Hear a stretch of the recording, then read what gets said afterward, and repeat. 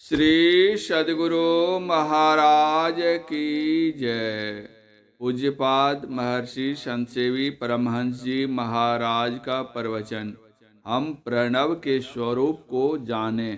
इस प्रवचन का तीसरा अंतिम भाग। कुछ वर्ष पहले मैं Delhi all India medical institute of science hospital में कान दिखलाने गया था। डॉक्टर ने कान देखा और जो दवा बतानी थी उन्होंने बता दी। पश्चात डॉक्टर साहब ने मुझसे पूछा, बाबा आप किनकी उपासना करते हैं? मैंने कहा, एक ईश्वर की। उन्होंने कहा, मैं भी पूजा करता हूँ। मैंने पूछा, आप किनकी पूजा करते हैं?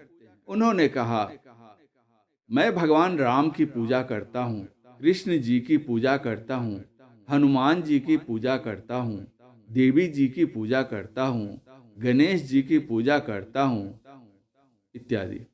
इस प्रकार कई देवताओं के नाम बतलाकर उन्होंने पूछा, बाबा ठीक करता हूँ ना? मैंने उत्तर दिया, पूजा करते हैं, यह तो ठीक करते हैं, लेकिन बहुदेव उपासी बने हैं, यह ठीक नहीं है। किसी एक देव को पकड़िए। उन्होंने कहा, बाबा एक को पकड़ने से और सब देवता नाराज हो जाएंगे तब। मैंने कहा, सब में जो बड़ा हो आप उसको पकड़ लीजिए।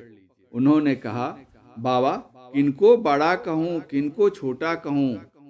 मैंने कहा, सुनिए, नाराज होने की बात जहाँ तक है तो हम लोगों के वैदिक धर्म में 33 कोटि देवता है। मान लीजिए आपने समय निकालकर 1 कोटि देवता की पूजा कर ली तो भी 32 कोटि देवता आपसे नाराज रहेंगे। आजकल तो वोट का जमाना है। 1 कोटि आपकी तरफ रहेंगे और 32 कोटि दूसरी तरफ, तो आपकी हार होगी या जीत, सोच समझिए।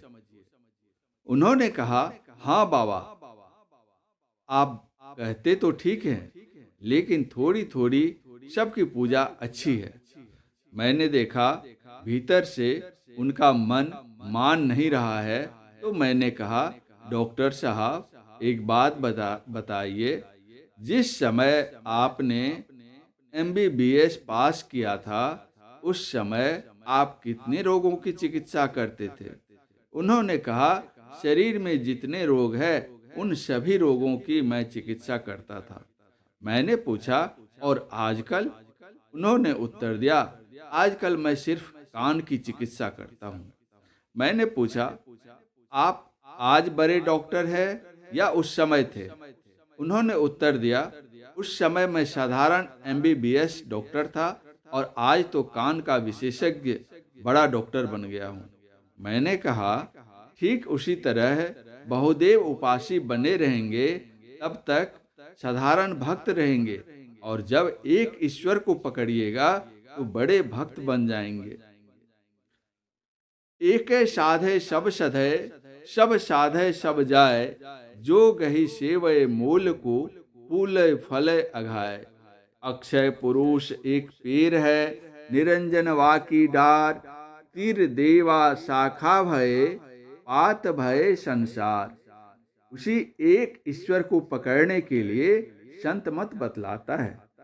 उस ईश्वर राम के संबंध में संत कबीर साहब कहते हैं, आवे जाए सो माया साधो, आवे जाए सो माया, है प्रतिपल काल नहीं वाको, ना कहू गया ना आया। वह परमात्मा राम कहीं आता और कहीं जाता नहीं है। जो सर्वत्र है ही, वह कहाँ जाएगा और कहाँ से आएगा? जैसे आकाश कहीं से आता और जाता नहीं, उसी प्रकार राम है। पुनः कबीर साहब कहते हैं, राम निरंजन न्यारा रे, अंजन सकल पसारा रे, अंजन उत्पत्ति वो ओंकार, अंजन मांड्या सब विस्तार, अंजन ब्रह्मा शंकर इंद, अंजन गोपी संगी गोव्यंद, अंजन वाणी अंजन वेद, अंजन किया नाना भेद, अंजन विद्या पाठ पुराण, अंजन फोकट कथई ज्ञान, अंजन पाति अंजन देव, अंजन की करे अंजन सेव, अंजन नाचे अंजन गावे, अंजन भेष अनंत दिखावे, अंजन कहो कहाँ लग केता, दान पुनि तप तीरथ जेता, कहे कबीर कोई बिरला जागे, अंजन छारी निरंजन लागे। अध्यात्म रामायण में लिखा है, भगवान श्री राम लंका पर विजय प्राप्त कर सीता जी का उद्धार कर अयोध्या आ गए। श्री राम राज सिंहासन पर आसीन थे। देव मुनि लोग स्तुति प्रार्थना करके चले गए। हनुमान जी हाथ जोड़े वहां खड़े थे। भगवान राम कहते हैं, सीते, यह हनुमान तुम्हारा अनन्य सेवक है, बहुत बड़ा त्यागी है, आप रहित और ज्ञान का पात्र है, इसको तुम तत्व ज्ञान का उपदेश करो। सीता जी बोली, हे हनुमान, ये राम निराकार निर्विकार हैं। राजा दशरथ के यहाँ जन्म लेना, विश्वामित्र के यज्ञ की रक्षा करनी, अहिल्या का उद्धार करना, जनकपुर जाकर सीता के साथ विवाह करना, धनुष भंग करना, बाली का हनन कराना, सुग्रीव के साथ मित्रता करनी, समुद्र पर पुल बंधवाना, लंका पर आक्रमण कर रावण का सवंश संहार करना, सीता का उद्धार करना, पुष्पक विमान से अयोध्या आना, ये सारे के सारे काम तो मेरे किए हुए हैं। राम तो अचल है, सुख दुख हानि लाभ से पड़े है। उनके नजदीक रहने के कारण सारे के सारे कार्य तो मैं संपादन करती हूँ, लेकिन अज्ञानी जन ये सारे कर्म राम के ऊपर आरोपित करते हैं।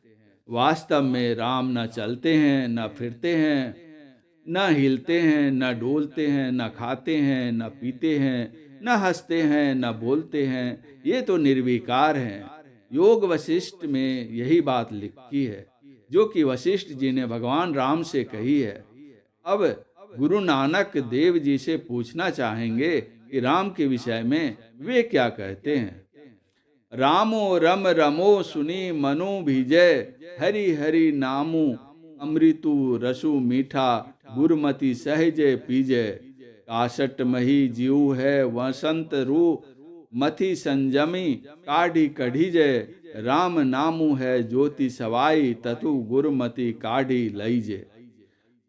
गुरु नानक देव जी महाराज कहते हैं कि राम तो सर्वत्र हैं, लेकिन हम देख नहीं पाते हैं। जिस तरह लकड़ी में आग समाहित है, व्यापक है, हम लकड़ी को देखते हैं, आग को नहीं देखते हैं। आग को हम कैसे देखते हैं? जब लकड़ी का हम घर्षण करते हैं। उसी तरह राम हमारे अंदर हैं। जब ध्यान का घर्षण करेंगे तो राम के दर्शन होंगे।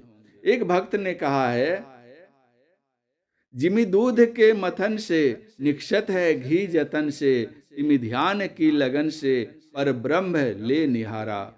मेहंदी में लाली है, दूध में घृत है। हम मेहंदी को तो देखते हैं, लाली को नहीं देखते हैं। दूध को तो देखते हैं, घृत को नहीं देखते हैं। मेहंदी को घिसने से लाली मिलती है और दूध का मंथन करने से घृत मिलता है। उसी तरह ध्यान की मथानी से मंथन करने पर अपने अंदर प्रभु राम के दर्शन होंगे। उपनिषद में आया है, स्वदेह मरणिं कृत्वा प्रणवं चोरार निम ध्यान निर्मथनाम व्यास देव पश्येनि गुढ़वत।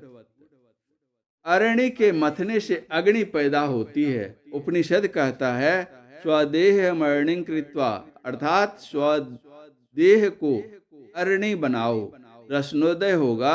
स्वदेह कौन सा है?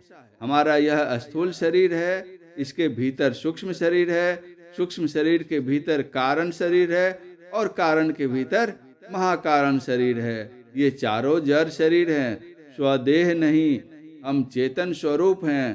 चेतन शरीर में हम रहते हैं। वह चेतन शरीर स्वदेह है, हमारी देह है। जिस शब्द को प्रणव, ओम, स्फुट, उद्गित प्रवृत्ति नामों से अभिहित करते हैं, वह चेतन शब्द है। वह शब्द जड़ मंडल में पकड़ा नहीं जा सकता है। चेतन मंडल में ही चेतन शब्द को पकड़ सकेंगे।